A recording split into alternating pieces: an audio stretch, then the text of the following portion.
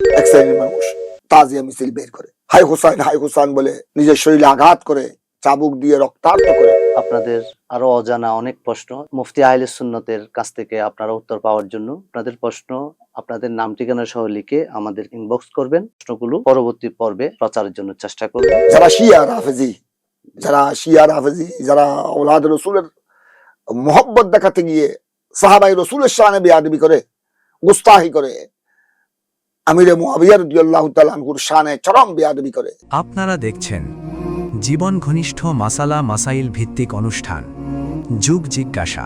বিসমিল্লাহির রহমানির রহিম। দূরে কাছে যারা যেখান থেকে দেখছেন সবাইকে পি নিউজের ধারাবাহিক প্রতি সপ্তাহের আয়োজন শরীয়তের গুরুত্বপূর্ণ মাসলা মাসাইল ভিত্তিক প্রশ্নোত্তর পর্ব যুগ জিজ্ঞাসা অনুষ্ঠানে আপনাদের স্বাগত জানাচ্ছি। দর্শক, আজকের 10ম পর্বে আপনাদের গুরুত্বপূর্ণ প্রশ্ন এবং আমাদের নিয়মিত প্রশ্নের উত্তর দেওয়ার জন্য আমাদের সাথে যুক্ত আছেন এশিয়া বিখ্যাত দ্বীনী শিক্ষা প্রতিষ্ঠান জামিয়া আহমদিয়া সুন্নিয়া কামিল মাদ্রাসার সাবেক প্রিন্সিপাল, আহলে সুন্নাত ওয়াল জামাতের অন্যতম রাহবার মুফতি আহলে সুন্নাত হযরত আল্লামা সৈয়দ অধ্যক্ষ মুফতি ওসিউর রহমান মুদ্দিজিল্লাহুল আলী হুজুরকে আমাদের যুগ জিজ্ঞাসা অনুষ্ঠানে স্বাগত জানাচ্ছি। আসসালামু আলাইকুম ওয়া রাহমাতুল্লাহ। ওয়ালাইকুম আসসালাম ওয়া রাহমাতুল্লাহি ওয়া বারাকাতুহু। দর্শক, আমরা সরাসরি প্রশ্নোত্তর পর্ব চলে যাচ্ছি। নিয়মিত প্রশ্ন।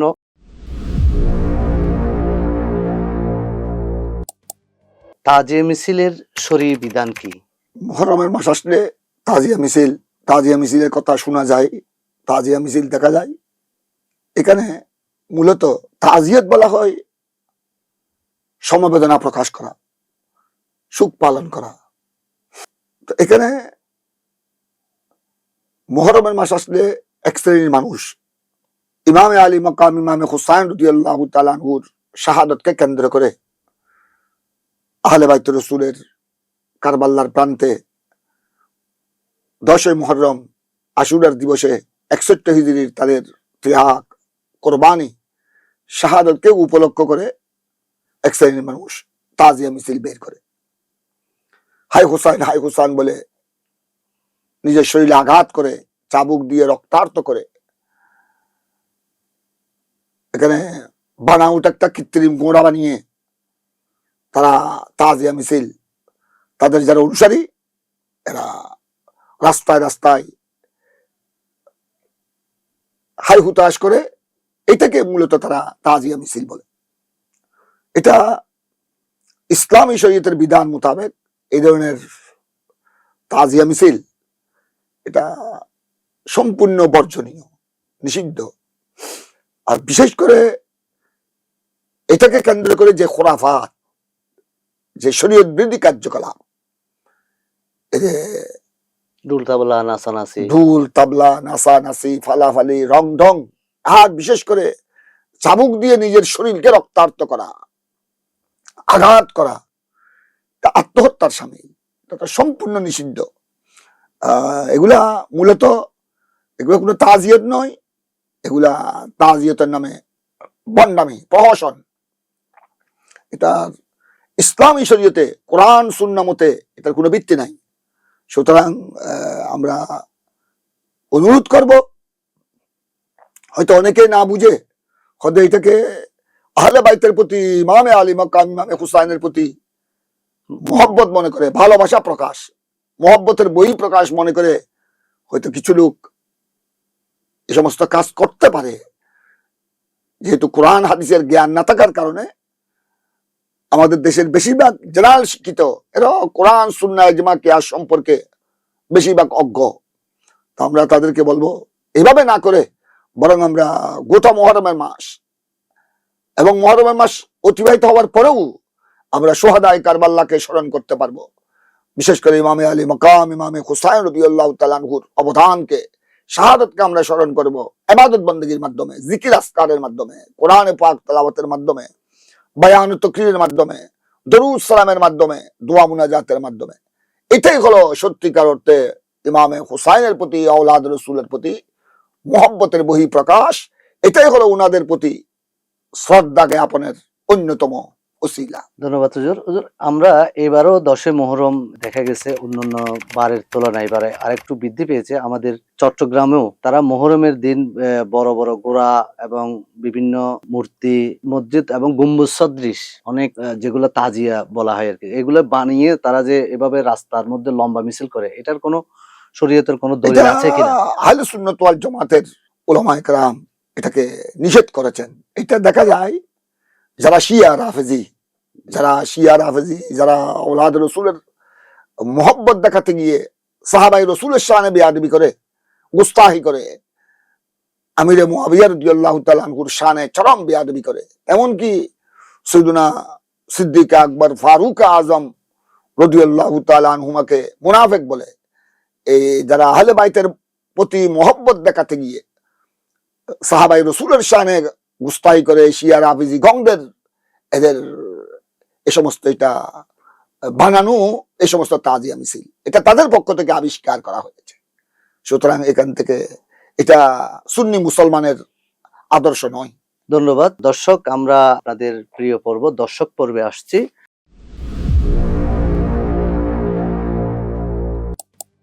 হুজুরের কাছে দর্শক পর্বের প্রশ্ন মোহাম্মদ মঞ্জুরুল আলম মধ্যবরলিয়া পটিয়া থেকে তিনি প্রশ্ন করেছেন, একামতের সময় কখন দাঁড়াতে হবে? এবং অনেক সময় দেখা যায় খতিব সাহেব খুতবা দেওয়ার পরে উনি দাঁড়িয়ে থাকে, ওনার সাথে সাথে মুসল্লিরাও দাঁড়িয়ে থাকে। এখন শরীয়তের দৃষ্টিরা আসলে প্রকৃত ফয়সালা কি? ধন্যবাদ। পাঞ্জাবের নামাজের জমাতের যখন একামত হবে, যখন একামত শুরু হয় পাঞ্জাবের নামাজের জন্য, জমাতের জন্য, তখন সুন্নতে মুস্তাহাব্বা হলো ইমাম সাহেবও বসে থাকবেন, মুসল্লিরাও বসে থাকবেন।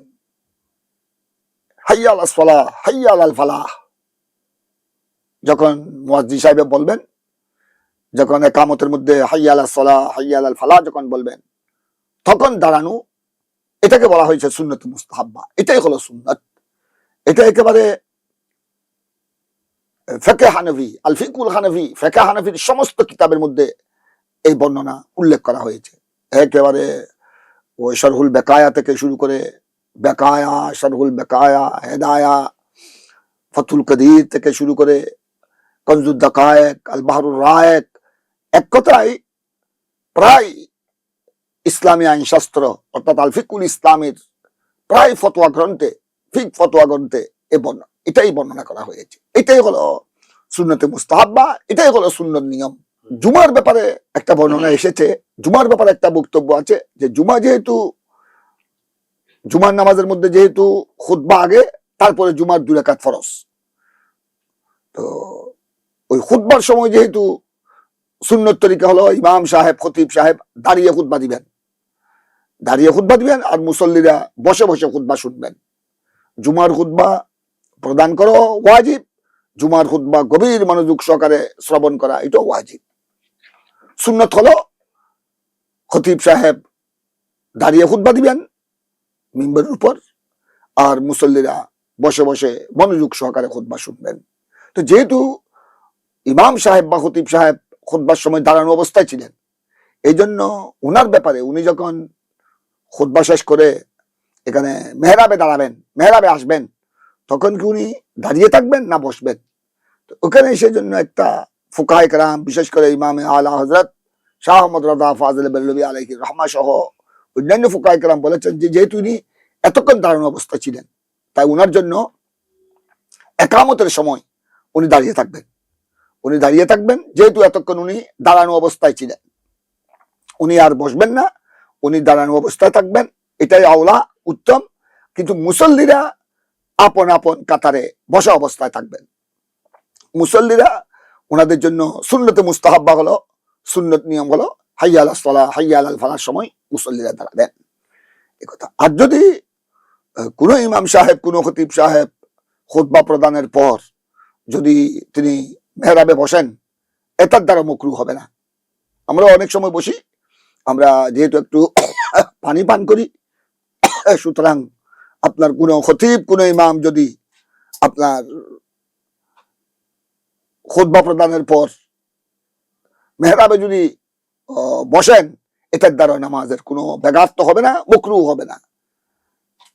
এটাই হলো আপনার কিতাবের ফয়সালা। এখন খতিব সাহেব, কোন মসজিদের খতিব, উনি খুতবা শেষ করে আপনার মেহরাবের মধ্যে দাঁড়িয়ে আছেন, এটা ঠিক আছে খতিব সাহেবের জন্য, কিন্তু এটা দেখে মুসল্লিরা দাঁড়িয়ে যাবেন, এটা হলো সুন্নতের খেলাফ। এটাই হলো শরীয়তের ফয়সালা। ধন্যবাদ। হাটহাজারী থেকে প্রশ্ন করেছেন মোহাম্মদ আমিনুর রহমান, কোন মেয়ের প্রথমবার বিয়ে হয়, বিয়ের কিছুদিন পর তার স্বামী তাকে তালাক না দিয়ে আত্মগোপনে চলে যায়।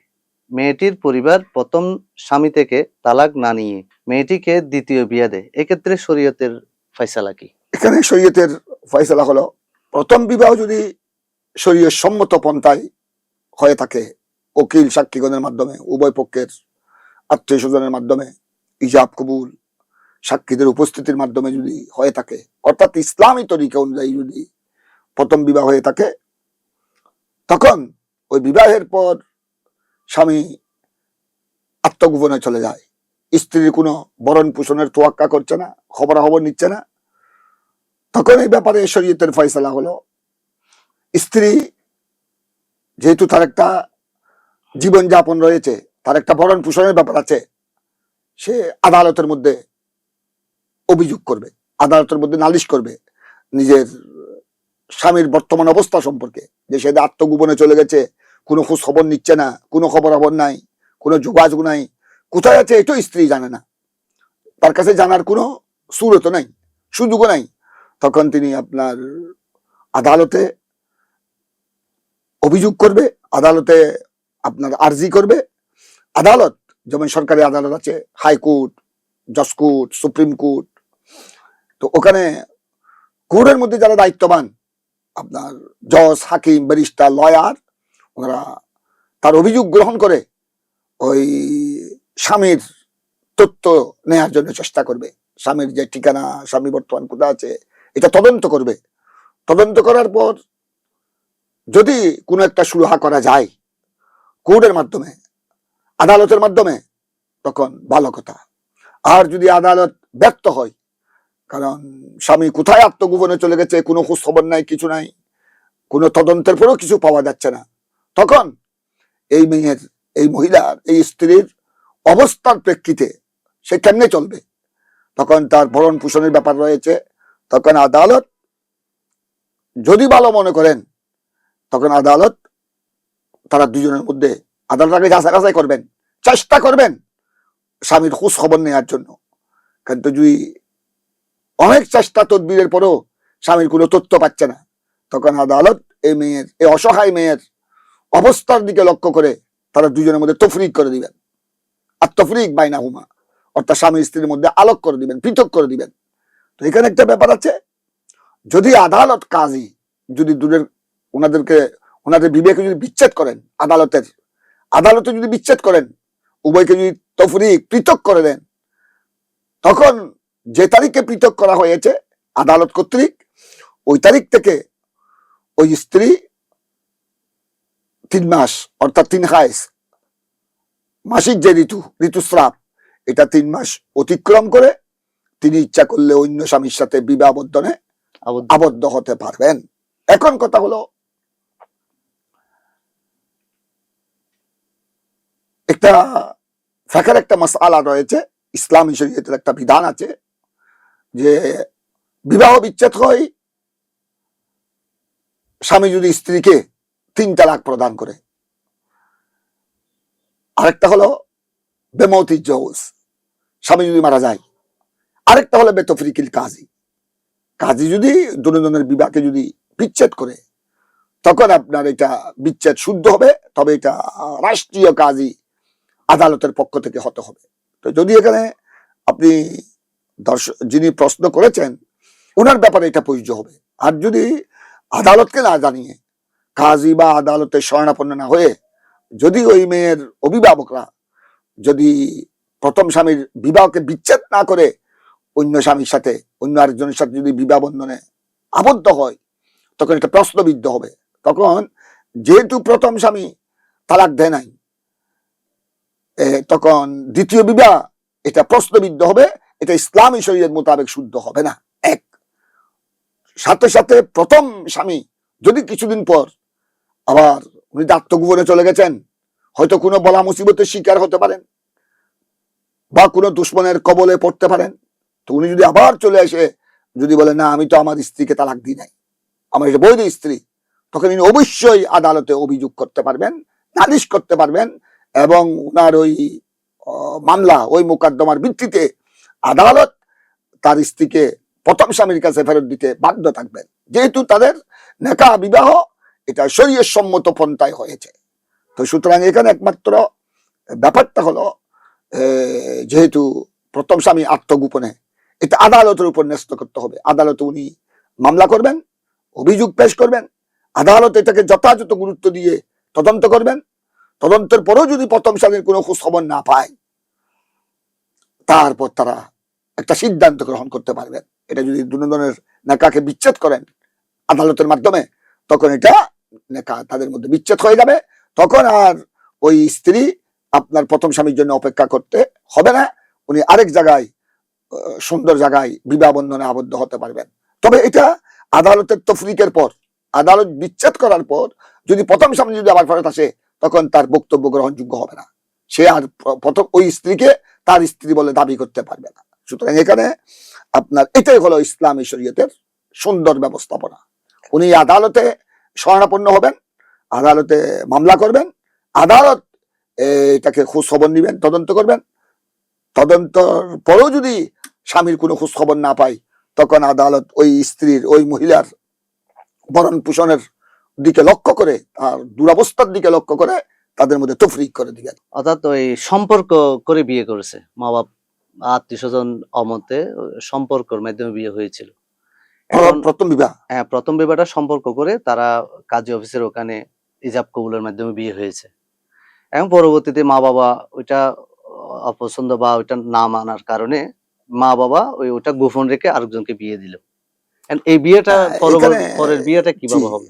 যদি প্রথম বিবাহে যদি মা বাবা রাজি না থাকলো, একটা বেড়াতে বালাগা প্রাপ্তবয়স্ক মেয়ে রমণী, তো ইসলামী শরীয়ত অনুযায়ী 12 থেকে 15 বছরের মধ্যে, 12 থেকে 15 বছরের মধ্যে মেয়েরা বালাগা হয়ে যায়। তো সুতরাং এই বয়সের মধ্যে যদি ওই মেয়ে বালাগা মেয়ে যদি স্বইচ্ছায় কোনো যুবক কোনো পুরুষের সাথে আদালতে গিয়ে বা কাজীর দফতরে গিয়ে সাক্ষী টাক্ষীর মাধ্যমে যদি বিবাহ বন্ধনে আবদ্ধ হয়, এটা ইসলামী শরীয়ত মোতাবেক বিবাহ শুদ্ধ হয়ে যাবে, যদিও মা বাবা রাজি নাই। হ্যাঁ, নাবালেগার উপর যে মেয়ে প্রাপ্তবয়স্ক হয়নি, 12 বছরের নিচে, ওই মেয়ের উপর মা বাবার কর্তৃত্ব চলবে, অভিভাবকের কর্তৃত্ব চলবে, বাবা দাদা চাচা এদের কর্তৃত্ব চলবে। কিন্তু এখানে আপনি যেটা বলছেন, ওই মেয়ে যদি স্বইচ্ছায়, মা বাবা রাজি না থাকলো, সে তার ইচ্ছায় যদি আরেকজন স্বামী গ্রহণ করে এবং আদালতে গিয়ে কাজীর দফতরে গিয়ে ওখানে সাক্ষী টাক্ষীর মাধ্যমে যদি নেকা হয়, আত্ম হয়, এটা শরীয়ত মোতাবেক নেকা শুদ্ধ হয়ে যাবে। তখন আপনার ওইটাকে ওই স্বামী আত্মগোপনে চলে যাওয়ার পর মা বাবা তাকে অন্য জায়গায় আদালতের বিচ্ছিন্ন তফরিক ছাড়া, আদালতে পৃথক করা ছাড়া অন্য দিলে বিয়ে দিলে হবে না, শুদ্ধ হবে না। অনেক এটা যদি তারা করে ফেলে, এটার একটা সলিউশন আছে, এটা যদি এরকম করে ফেলে, তখন আপনার এই মসলা জানার সাথে সাথে, সঠিক মসলা তো এখন জানা হলো, অবগত হলো, এটা জানার সাথে সাথে দ্বিতীয় বিয়া এটার মধ্যে ভেঙে যাবে। এর মধ্যে তাদের মেয়ে প্রথম আপনার ওই স্ত্রী এবং দ্বিতীয় স্বামীর মধ্যে পৃথক করতে হবে, তারপর ওই আদালতে শরণাপন্ন হতে হবে। আদালত আগের বিবাহকে যখন বিচ্ছেদ করবে, তখন আপনার পরবর্তী পর্যায়ে দ্বিতীয় স্বামীর সাথে আবার ইসলামী শরীয়ত মোতাবেক উকিল সাক্ষীগণের মাধ্যমে নতুন ভাবে আকদ বিবাহ সম্পন্ন করতে হবে। ধন্যবাদ দর্শক, আমরা 10ম পর্বের শেষ পর্যায়ে চলে এসেছি। এভাবে আপনাদের আরো অজানা অনেক প্রশ্ন মুফতি আহলে সুন্নতের কাছ থেকে আপনারা উত্তর পাওয়ার জন্য আপনাদের প্রশ্ন, আপনাদের নাম ঠিকানা সহ লিখে আমাদের ইনবক্স করবেন। প্রশ্নগুলো পরবর্তী পর্বে প্রচারের জন্য চেষ্টা করব। সমসাময়িক আলোচনা, যুগ জিজ্ঞাসা, নিত্য নতুন গুরুত্বপূর্ণ খবর দেখতে আমাদের P news YouTube channel subscribe করবেন এবং পি নিউজ পেজে ফলো দিয়ে সাথে থাকার জন্য আপনাদের আহ্বান জানাচ্ছি। আজকের মতো এখানেই শেষ করলাম। আসসালামু আলাইকুম ওয়া রাহমাতুল্লাহি ওয়া বারাকাতুহু।